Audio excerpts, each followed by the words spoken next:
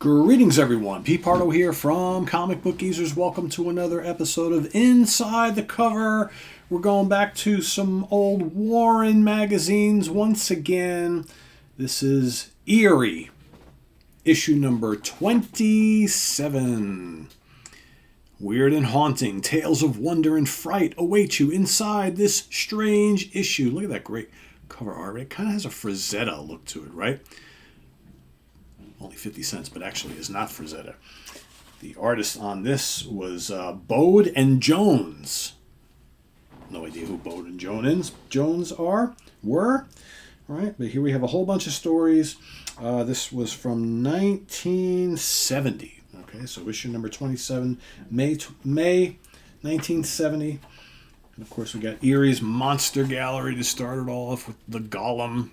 I got a little bit of glare there. Sorry about that, guys. Okay. Cool stuff here. And we've got publisher James Warren, editor Bill Parente, cover Bowden Jones. Like I said, artists in this issue, Ken Barr, Ernie Colon, Miguel Fernandez, Dick Piscopo, Mike Royer, Jack Sparling, and Tom Sutton. Writers in this issue, Nicola Cuti, Gardner Fox, Bill Parente, Michael Rosen, Buddy Saunders, and Bill Warren. So let's kind of go through. I read this, I don't know, a few weeks back, so I think I've forgotten a lot of this. I read so many comic books, sometimes I forget some of the stories, but we got the editors. Interestingly enough here, a lot of the letters to the editor have to do with this great cover art, and I guess the story in that particular issue right there, which was done by Jim Steranko. Pretty cool. So Steranko worked on Eerie a bit. So here we have Journey into Wonder by Ken Barr and Bill Parente. This is kind of the story of the little troll, kind of is he a troll? What are they actually called? A dwarf named Grendel. Okay. It's a pretty cool little story here.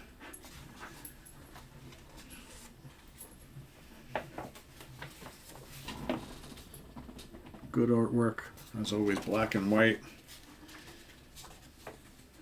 The dwarf Grendel proves to be quite the interesting character. Searching for the Grinka, the giant dragon known as the Grinka. Okay.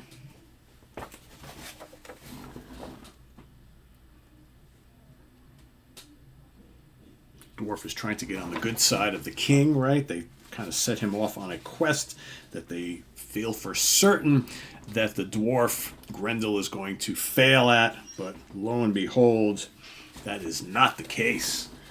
He winds up doing very, very well for himself.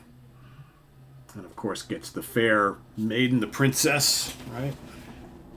Kind of a cool story. Here we go. I always love these little pinups. Universal monsters, giant monsters, superheroes. You got the Frankenstein pinup. Then we got another tale called Amazonia. Art by Miguel Fernandez, story by Gardner Fox. This is pretty cool. So this looks a little bit more. This is different. What I really love about these is like you get very different type of artwork from story to story. If you love these old like horror, monster, suspense tales, these are just fantastic.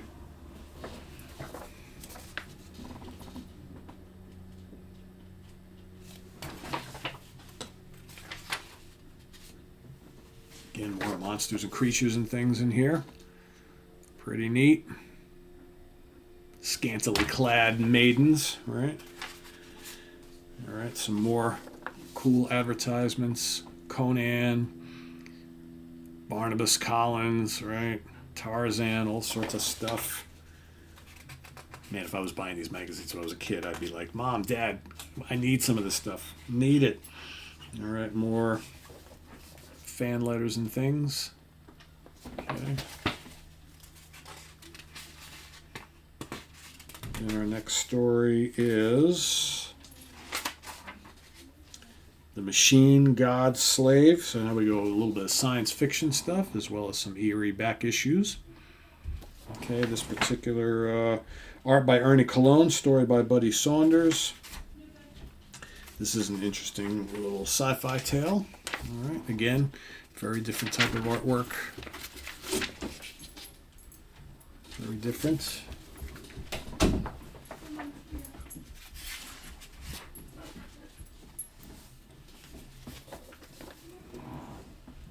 All right. Swallowed in Space is the next story. Okay, Tom Sutton, Bill Parente story. Another sci-fi little mini epic.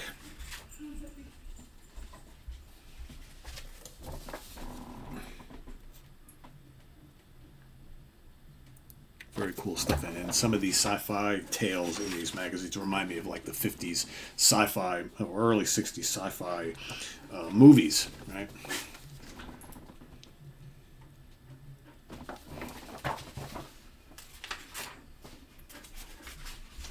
And what do we got? Enter Dr. Lerno. Dick Piscopo, story by Michael Rosen. Then we got a little ad for Vampirella. So here we got kind of like a, almost looks like a Doctor Strange character. I swear by Beelzebub and Balthasar, by all the spirits of the netherworld, and by my shining black honor, to fight wicked spells and black magic wheresoever I shall find them, right? So this is a cool little tale of the black arts.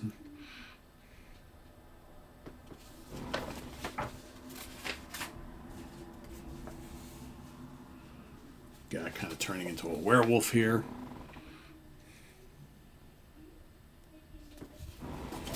Interesting stuff.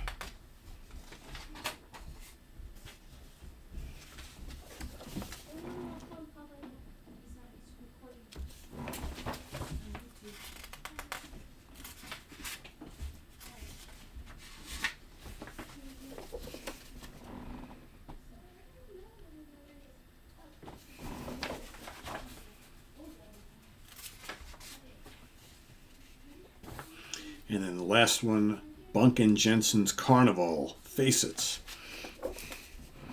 And here we have art by Jack Sparling, story by Niccolo Cuti. This is one of those kind of like, the carnival freaks and whatnot. People in the audience not really believing what they're seeing.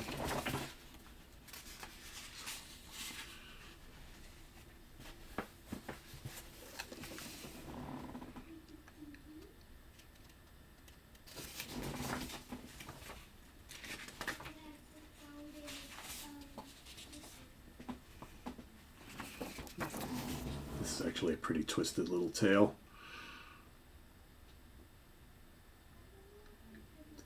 So I guess the moral of the story here is sometimes you go to these carnivals and you see all these fantastic things and you're like, it's all fake. But in the end, so here's the woman with no face, and in the end, it's not a fake. She really does not have a face, right? So yeah. All right, and to finish it all off, we got some more cool 8mm home movies. Prince Valiant picture books.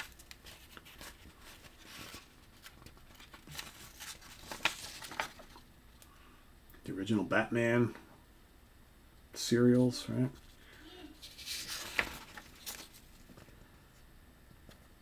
Flash Gordon, Mr. Lugosi. And on the back we've got the masks. Look at these. Look at these masks, huh? Very cool. An 8mm movie projector for how much? Only $29.95 plus $2 for safe shipping and handling. So there you have it. Issue number 27 of Eerie. Like I said, these are really fun because they're just the stories are just long enough to get into the plot and whatnot, and you always get a mix of like horror, monster stuff, suspense, and sci-fi, and a little bit of fantasy as well. Sometimes some sword and sorcery, swashbuckler type of thing. But eerie and creepy, real good stuff. So this is issue number 27 from 1970. Excuse me. If you haven't checked this out, or any of the old classic Eerie's from Warren Publishing, I highly recommend them. They're lots of fun. So go check them out. And thanks for watching. Please subscribe if you haven't already, and click on that notification bell so you get alert of all of our content as a post. And please do hit the like button before you leave. So thanks for watching. For Wild Bill, I am Pete Pardo. Should have another video for you on Wednesday with myself and the Wild Ones. So stay tuned for that, and lots more here on Comic Book Geezers. Till then, I am Pete Pardo. See you real soon. Take care. Bye-bye.